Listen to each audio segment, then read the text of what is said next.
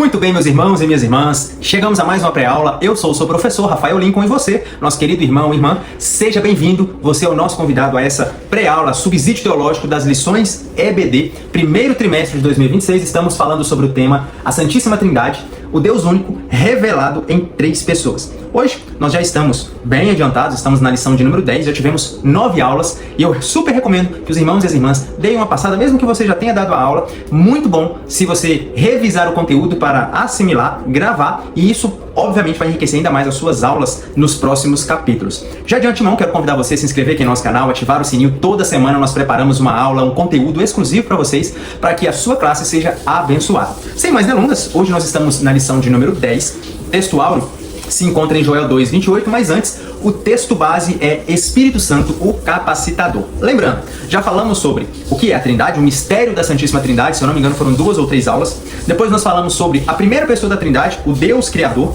Falamos sobre a segunda pessoa da Trindade, o Deus Salvador, que é Jesus, o nosso Messias e Salvador. E agora estamos falando sobre a terceira pessoa da Trindade. Estamos na segunda aula, na verdade na terceira aula, né? Primeiro nós falamos sobre o Deus Espírito Santo. Na semana passada nós falamos sobre o Espírito Santo, o regenerador. E hoje, terceira aula, falaremos sobre o Espírito Santo, o capacitador. O texto áureo está em Joel 2:28, parte A do versículo, que diz: E há de ser que depois derramarei meu Espírito sobre toda a carne.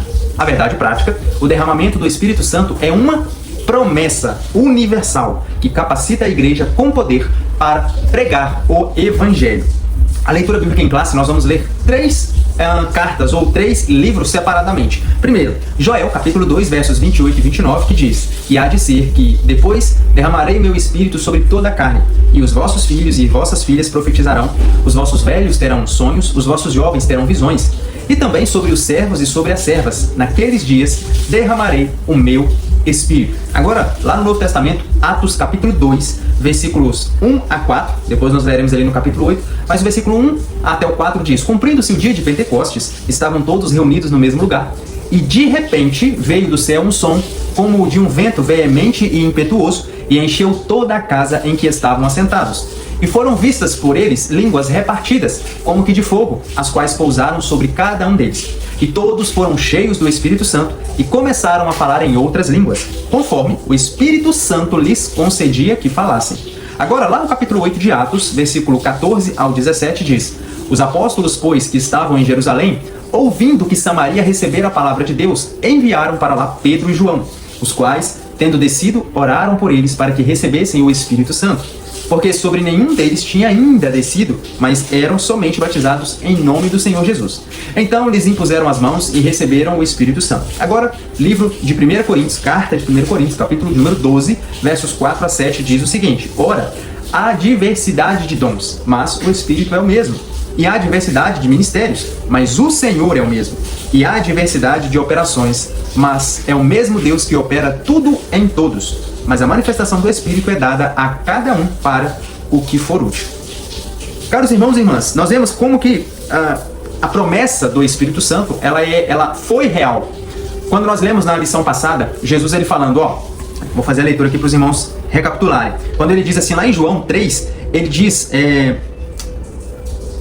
João 14, desculpa, mas aquele Consolador, o Espírito Santo que o Pai enviará em meu nome, vos ensinará e vos fará lembrar de tudo quanto vos tenho dito. Mas aquele Espírito Santo, Jesus está falando de quem aqui? Obviamente, ele está falando do Espírito Santo que foi prometido lá nos livros dos profetas, no Antigo Testamento, que era a Bíblia de Jesus no período dos tempos bíblicos, né, há 2000 anos atrás.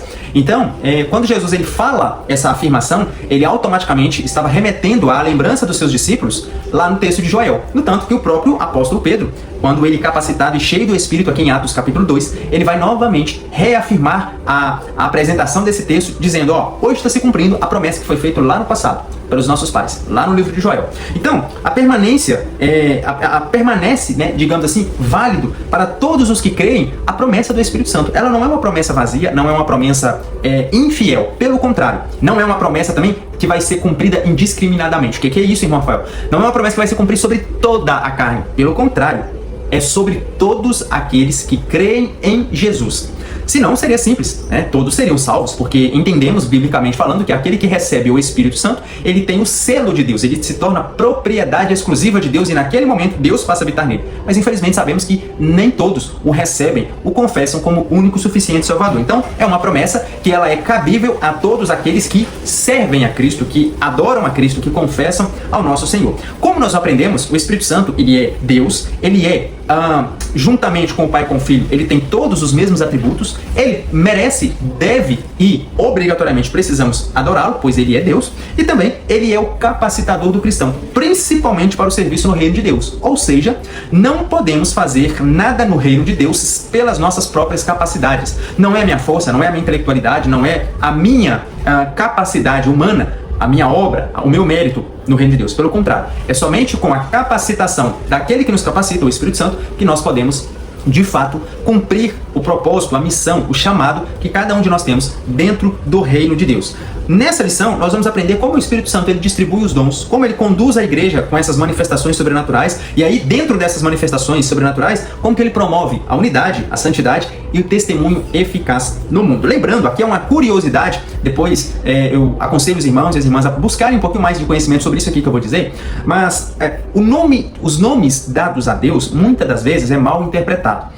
Por exemplo, muitas pessoas acham que o nome da terceira pessoa da Trindade é Espírito Santo. Não é que não é o nome dele, é a forma que nós o conhecemos. Porém, o Espírito Santo, no hebraico, é o Ruach HaKadosh. É o Espírito, o Santo, ou o Santificador. Assim como no hebraico, o Yeshua HaMashiach, que é Jesus ou Messias, esse Ha é uma declaração do que vem após, que é a missão, o propósito para o qual essa pessoa está sendo manifestada. Por exemplo, Jesus, ele foi manifestado com um propósito claro, ser o nosso resgatador, o Messias de Deus prometido já no texto do Antigo Testamento. Então, por isso nós conhecemos Jesus, Cristo, como Jesus o Messias, ou no hebraico, né, na forma original do texto, Yeshua HaMashiach, ou Jesus o Messias, aquele que veio para cumprir, resgatar a humanidade. Já o Espírito, do hebraico Ruach, né, Espírito ou sopro, fôlego, Ruach HaKadosh. Lembra de Isaías 6:3, né, quando Isaías olha do alto e sublime trono, estava lá o Altíssimo sentado naquele trono e do lado, né, ao redor dele, haviam os serafins, que eles estavam dizendo Kadosh, Kadosh, Kadosh, triplamente santo. Por quê? Porque a santidade de Deus ela é tripla. Então, o Espírito de Deus, ele é santo, e a função dele, digamos assim, a forma dele atuar nesse plano, no plano da redenção, é santificando os crentes, aqueles que confessam a Cristo. Então, grave isso. Não é porque nós chamamos o Espírito Santo, porque é o nome dele, que será o nome dele, não é por isso. É porque é comum nós falarmos, atribuirmos a ele a funcionalidade. Automaticamente, no português, né, na nossa língua, no momento da tradução, isso se perde, esse sentido original. Então, o Ruach HaKadosh é a função, é o que o Espírito Santo veio cumprir na vida de todo aquele que confessa Jesus como seu único e suficiente Salvador, que é aplicar os benefícios do plano salvífico, o plano da redenção. Então, o ponto de número 1, a promessa do derramamento do Espírito, uma promessa de abrangência universal. Lá no texto de Joel, nós vamos ver que o próprio Deus, ele faz essa promessa, que haveria dias, nós vamos até falar sobre isso, né, nesses dias, naqueles dias, o que seriam esses dias? Seria derramado sobre toda a carne do Espírito de Deus. Mas antes, eu vou recapitular aqui também um ponto que eu já tratei nas lições anteriores. Lá no Antigo Testamento, quando nós lemos, né, sobre os textos sagrados, nós não vemos todas as pessoas sendo cheias do Espírito ou todas as pessoas recebendo a pessoa do Espírito Santo. Pelo contrário, a presença, a manifestação do Espírito Santo, ela era atribuída, ela era concedida, ele era manifestado apenas a 3 tipos de pessoas, ou 3 classes de pessoas, digamos assim: reis, profetas e sacerdotes. Isso por quê? Porque, biblicamente, ministerialmente, essas eram as pessoas chamadas para determinados propósitos e, automaticamente, precisava-se de uma capacitação. O rei, para governar a nação, então, o governo do Senhor, precisa que o Espírito do Senhor direcione o homem, para que o governo, a soberania daquele reino, pudesse ser levar o povo a adorar a Deus. Assim como se nós vemos Salomão nos seus primeiros reinados, né, anos de reinados, nós vemos Davi também nos primeiros anos de reinado, essa era a vontade de Deus, que o rei, cheio do Espírito, pudesse governar com a soberania sobre toda a nação, de forma a nutrir nessa terra o que o reino de Deus seria, levar as pessoas a adorá-lo, né, a presença de Deus ser manifestada no meio do povo. Outra classe de pessoas eram os profetas, reis, profetas, que eram homens capacitados para quê? Para poder ministrar, apregoar o evangelho. A gente confunde muito É muito comum as pessoas dizerem que o profeta era aquele que dava as profetadas, né? Que falava sobre o futuro. Não. O profeta, a função do profeta era, digamos, a do evangelista hoje, digamos assim, que é anunciar as boas novas do evangelho, era anunciar o reino de Deus, era trazer o povo ao arrependimento, era instruir o povo. Mais tarde a gente vê muito isso ali nos doutores da lei, né? Os legalistas, que eles tinham a responsabilidade de traduzir a Bíblia, ensinar nas escolas rabínicas, mas originalmente essa era a função do profeta. Obviamente, caros irmãos e irmãs, Deus também usava esses homens a trazer mensagens futurísticas, né? Como por exemplo ali o caso de Daniel, como o caso de Isaías, né? Que profetizou o Messias 600 anos antes, alguns casos ali do próprio Davi fazendo profecias messiânicas, Salmo 22, por exemplo. Então, o profeta, a prioridade dele, né, digamos assim, o ministério prioritário era apregoar a palavra. Inclusive no Novo Testamento, o dom da profecia não é o dom de falar sobre as coisas que irão acontecer, né, as catástrofes, as guerras, nada, não é isso. O dom de profecia é o dom de pregar o evangelho com autonomia, com capacidade espiritual, sendo ensinado e direcionado pelo Espírito. Esse que é o profeta nos dias atuais. Já outro grupo de pessoas que eram cheios do Espírito já no Antigo Testamento eram os sacerdotes, reis, profetas e sacerdotes. O sacerdote nada mais era do que aqueles que eram instruídos a ministrar no santuário de Deus. Então tinha toda uma organização, todo um ritual cerimonialístico, digamos assim, para que as ofertas, os sacrifícios a Deus, eles fossem santos, sagrados, direcionados. E automaticamente o sumo sacerdote entrava uma vez no ano no Santo dos Santos, e ali somente aquele com a suma presença de Deus, né, a sumária presença de Deus, poderia adentrar, porque ali era o lugar sagrado, santíssimo, né, o famoso lugar santíssimo, ou muito conhecido como Santo dos Santos. Então essas três classes de pessoas eram as que tinham, digamos assim, a oportunidade de serem convidadas ou manifestadas pelo Espírito Santo, eram capacitadas pelo Espírito. As pessoas comuns, né, os servos comuns, não tinham esse recebimento, esse enchimento. Porém, havia uma promessa, e a promessa era que os jovens, os velhos, os servos e as servas, toda a carne poderia se encher da presença e da pessoa do Espírito Santo. Já em Joel, né, cerca de 800 anos, Joel fala sobre essa nova dispensação, sobre esse novo enchimento, sobre toda a carne. Isso aponta para quê? Uma abrangência universal do Espírito. Já não seria mais na classe das três pessoas, num certo grupo de pessoas, ou para uma determinada classe de pessoas. Pelo contrário, o véu foi rasgado, o caminho foi aberto, a ponte foi colocada, e agora cada um de nós somos nação santa, sacerdócio real, cada um de nós temos livre acesso a Deus e automaticamente nós podemos ser cheios do Espírito Santo. Todos os que invocam o nome do Senhor, tá? Gravem isso, porque não é sobre toda a carne no sentido indiscriminado, né? Todo mundo vai receber. Não. Todos os que invocam o nome do Senhor. Ponto de número 2, uma promessa com ação sobrenatural.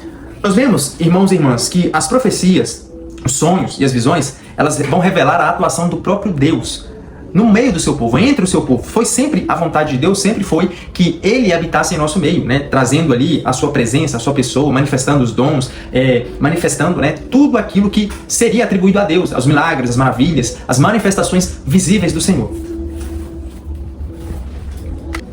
Então, onde o Espírito Santo é bem-vindo, automaticamente há a manifestação do próprio Espírito de Deus. É onde nós vemos a igreja que ela recebe o Espírito Santo, a igreja que ela dá lugar ao Espírito Santo, a igreja que é manifestada pelo Espírito Santo, ali é uma igreja que o agir de Deus é sobrenatural. Ali é onde nós vemos conversões, ali é onde nós vemos a palavra sendo ministrada com maestria, ousadia, com intrepidez, né? A pessoa com coragem, falando, não tem medo de pregar sobre textos selecionados. Pelo contrário, ele prega contra o pecado, ele prega o inferno, ele prega o céu, ele prega sobre o que a igreja precisa ouvir. Por quê? Porque se a igreja está ouvindo a voz do Espírito, automaticamente será ministrado naquela igreja, através do dom da profecia, aquilo que a igreja precisa ouvir, aquilo que os cristãos daquele lugar vão precisar aprender para cultuar melhor a Deus, para servir melhor a Deus. Então, onde o Espírito Santo ele é bem-vindo, automaticamente o agir de Deus se manifesta com propósito e poder. E todo cristão, e aqui eu faço mais uma vez, né? Eu sempre falo nos vídeos que para mim, Rafael, existe uma diferença entre crente e cristão. Por mais que na Bíblia nós vamos ler a palavra crente, automaticamente o autor, ao escrever isso, ele estava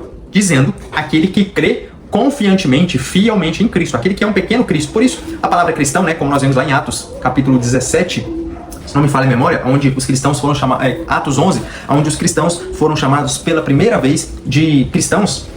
Atos, vamos fazer a leitura desse texto, para os irmãos entenderem. Atos, capítulo de número 11, versículo de número 19. Então, os que haviam sido dispersos por causa da perseguição, desencadeada com a execução de Estevão, se espalharam até a Fenícia, Chipre e Antioquia, não divulgando a mensagem a ninguém além dos judeus. Alguns deles, entretanto, eram de Chipre e de Cirene e que chegaram até Antioquia. Pregaram também aos gregos, apresentando-lhes o evangelho do Senhor Jesus. A mão do Senhor estava com eles e muitos creram e se converteram ao Senhor. E aí, você vai lendo o texto, vai vendo que o testemunho era tão grande que lá no versículo 26, e assim, que o achou, levou-o consigo para Antioquia. Então, durante um ano completo, Barnabé e Saulo se reuniram com aquela igreja e ensinaram a muita gente. Em Antioquia, os discípulos foram pela primeira vez chamados cristãos. Então, recapitulando o que eu estava dizendo, para mim, Rafael, existe uma diferença entre crente e cristão. Crente é aquele que crê, o diabo crê. Isso está escrito lá em Tiago 2, versos 19. Vou fazer a leitura do texto para ficar mais fácil. Tiago, capítulo 2, versos 19. Olha a pergunta de Tiago para os seus ouvintes. Crês tu em um único Deus? Crês tu na existência de um só Deus? Fazes bem. Até mesmo os demônios creem e tremem. Ou seja, as pessoas que dizem assim, não, eu acredito em Deus, eu creio em Deus, eu sei que ele existe.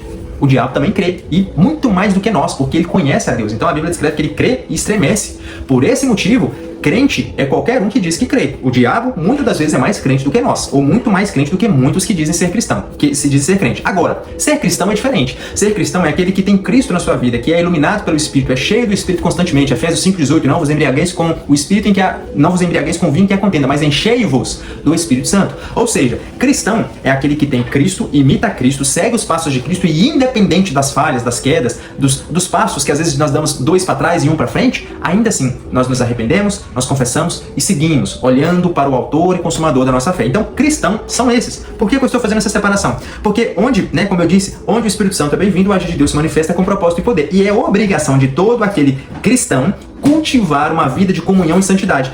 Com qual propósito, irmão Rafael? A fim de ser um canal sensível para as manifestações dos dons do Espírito. Mais uma vez, nós falamos isso nas aulas passadas sobre o Deus Espírito Santo, principalmente ali no terceiro ponto, se não me falha a memória, sobre o fruto do Espírito.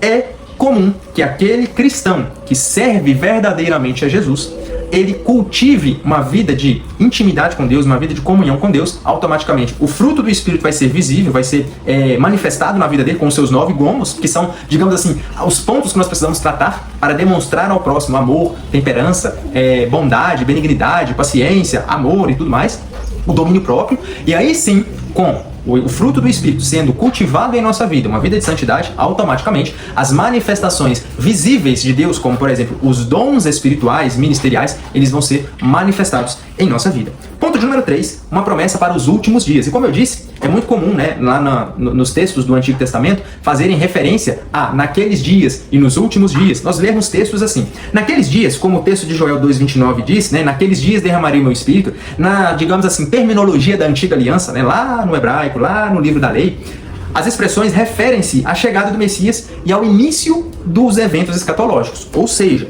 nós temos, por exemplo, o livro de Daniel, que ele vai falar lá sobre as profecias das 70 semanas e 69 semanas para cumprir e tudo. Nós vemos que isso se cumpriu em Cristo, na manifestação do Filho, que cumpriu-se fielmente a quantidade de semanas. Então nós estamos, digamos assim, na última semana.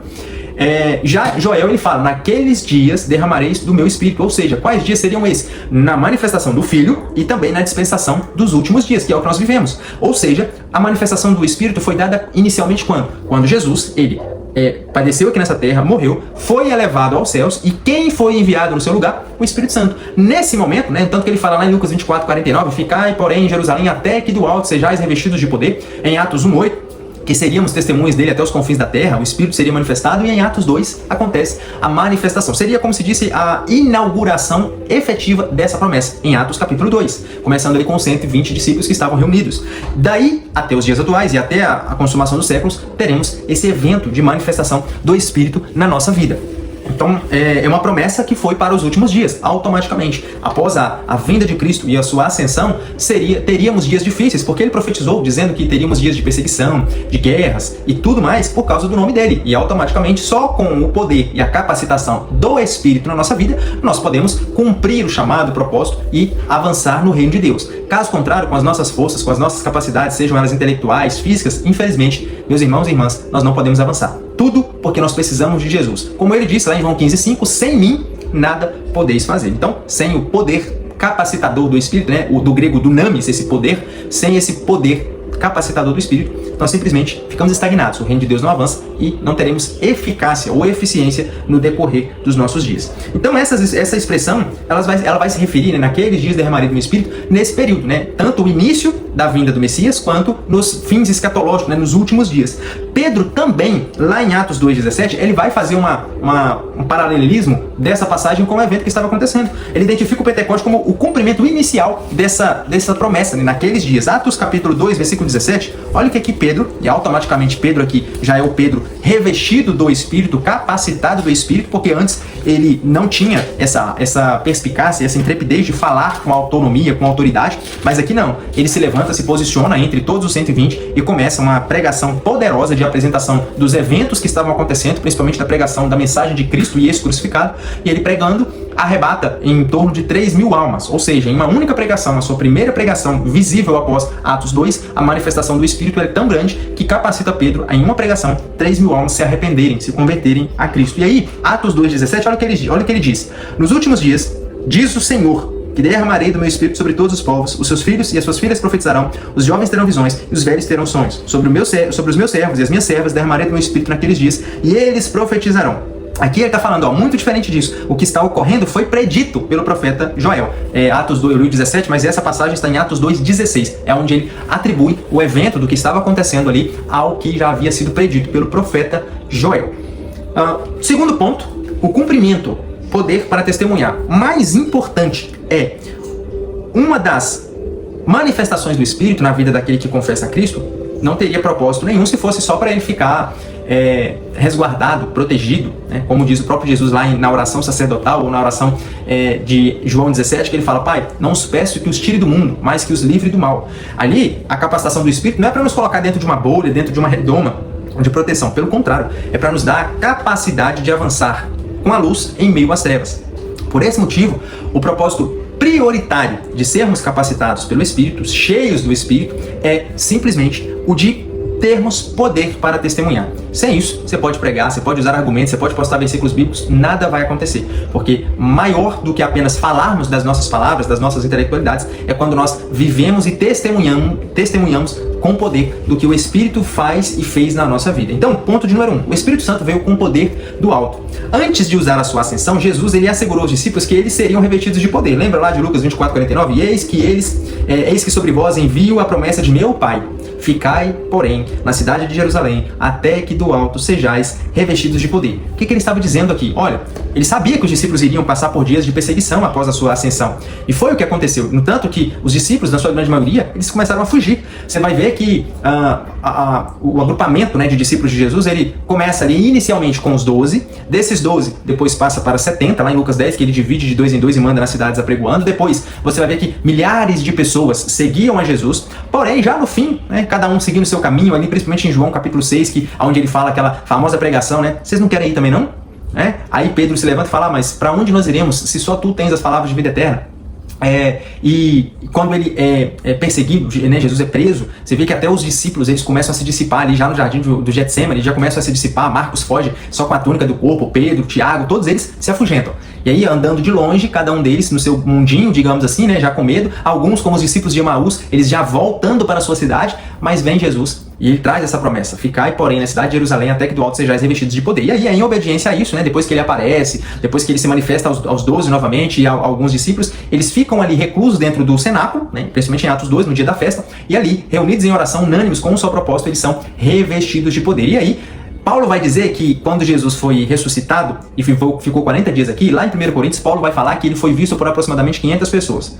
Mas reunidos no cenáculo estavam só 120. Cadê os 480, os 380? Ou seja, sempre um número menor é que estará firme, unânimes, buscando em comunhão, em harmonia, em unanimidade a presença do Senhor. E esses receberam o poder para testemunhar. Por isso, o próprio Jesus ele fala, né, que esse revestimento, ficar em Jerusalém até que do alto sejais revestidos. O que seria essa palavra revestimento, revestir? É vestir sobre. Ou seja, eu estou com essa blusa. Se eu for receber um revestimento, alguém vem e coloca sobre mim uma segunda vestimenta, uma capa, uma túnica, alguma coisa, uma outra blusa. Era isso que o Espírito Santo, era isso que Jesus disse que o Espírito Santo faria. Eles já estavam lavados, já estavam vestidos, né, com as suas vestes brancas, mas iriam receber uma segunda vestimenta, que é a própria pessoa do Espírito Santo, um revestimento espiritual. Então, é vestir-se como uma armadura. É a palavra, o significado dessa palavra revestimento, que do grego é o endio, significa vestir-se como uma armadura. E ela aponta automaticamente para uma capacitação sobrenatural e indispensável para testemunhar de Cristo. Aí entra Atos, capítulo 1, versículo de número 8, que diz o seguinte.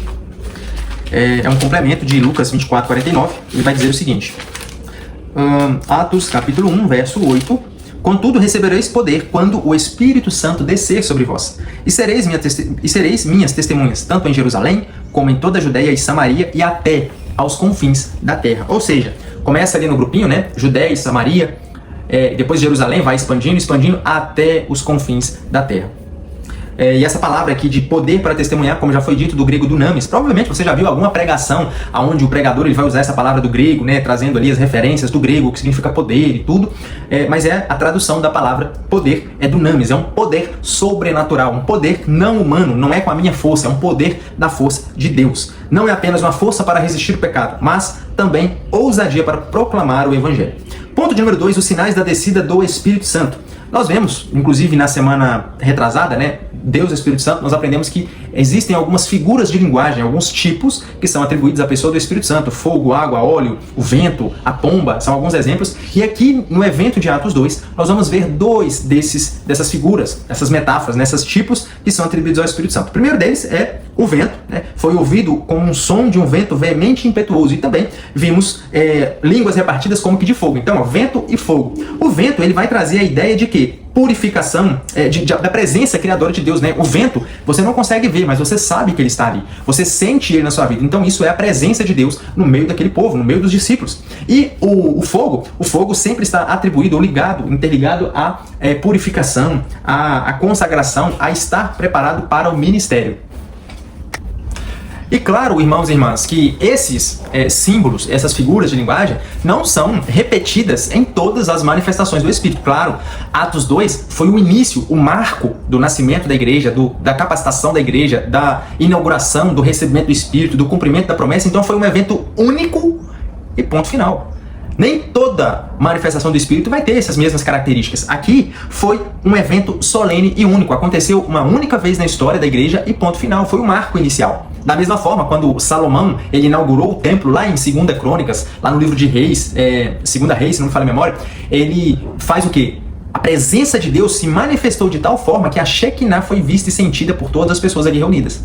Um evento único, um evento simbólico, solene, ou seja, existem certas ocasiões, principalmente nós falando aqui do sobrenatural de Deus, que foram registradas como um marco, como um ponto inicial. E Atos 2 foi o ponto inicial da descida oficial do Espírito Santo, conforme a promessa de Joel 2. Ponto de número 3, a evidência do revestimento de poder. E aqui, eu vou ser bem sincero para os irmãos, tá? A forma que é crido e ensinado não é a forma que eu creio e que eu ensino.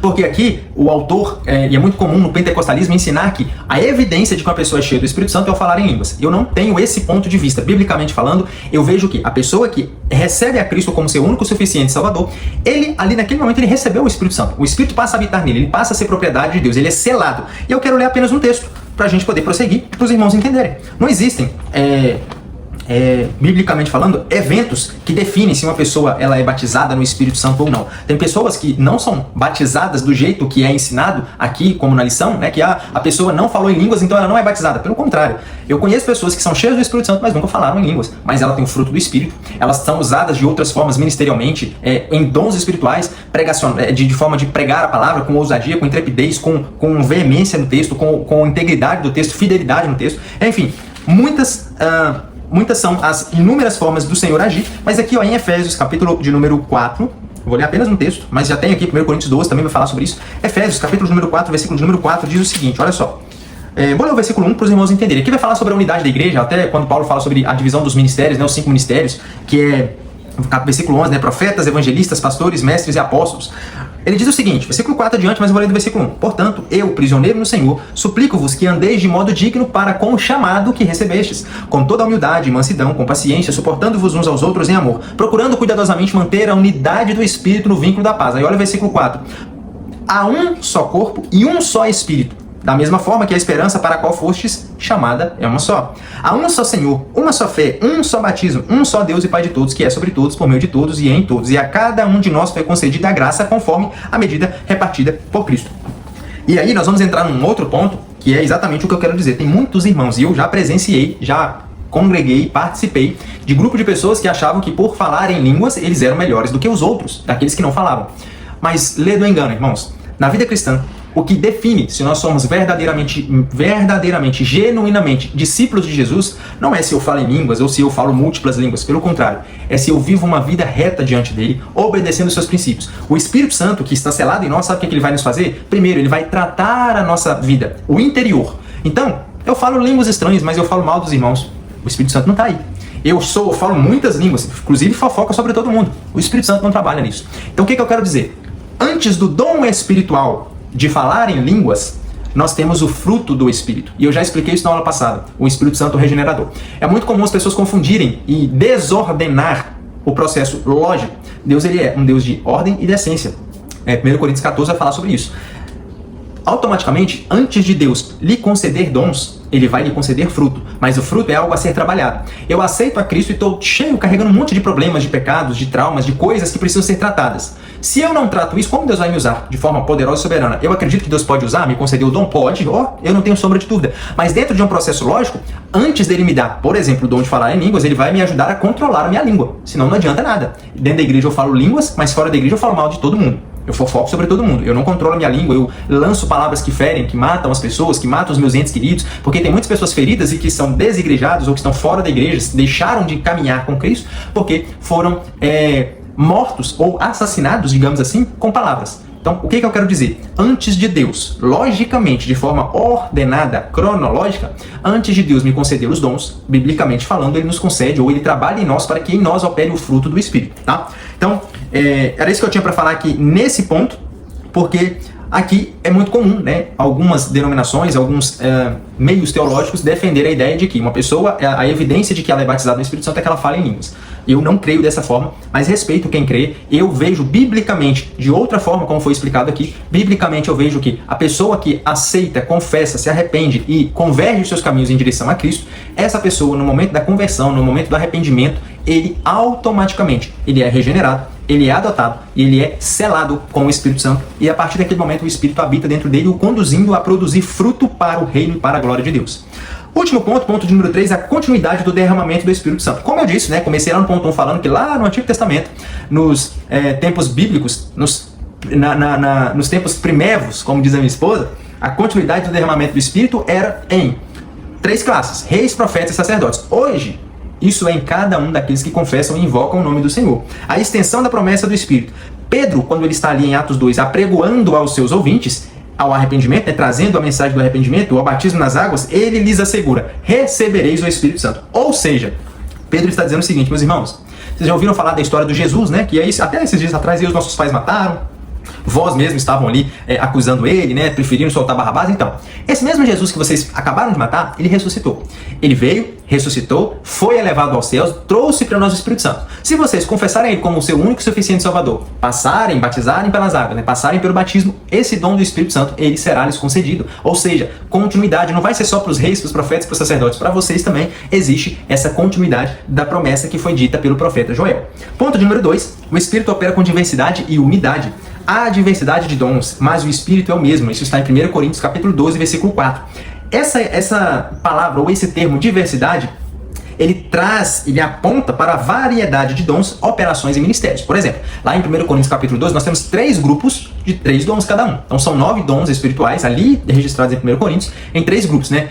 Não vou me lembrar aqui agora exatamente os grupos, mas eu sei que tem o grupo da comunicação, que seriam os da fala, né? A falar em línguas, interpretação de línguas, e o dom de... vamos fazer a leitura aqui do texto que aí eu vou lembrar. 1 Coríntios capítulo 12. São 3 grupos. Inclusive eu costumo anotar aqui na Bíblia, né? Fazer os notinhas de rodapé. Como eu tenho várias Bíblias, eu às vezes estou estudando em uma, faço anotação, nessa aqui não tem. Mas Paulo diz o seguinte, ó. 1 Coríntios capítulo número 12. Dons de comunicação, dons de elocução. Então ele fala o seguinte: entretanto, quem profetiza o faz claramente para edificação, encorajamento e consolação. Cadê? Versículo de número... Realmente há diversos idiomas no mundo, contudo nenhum deles é sem sentido.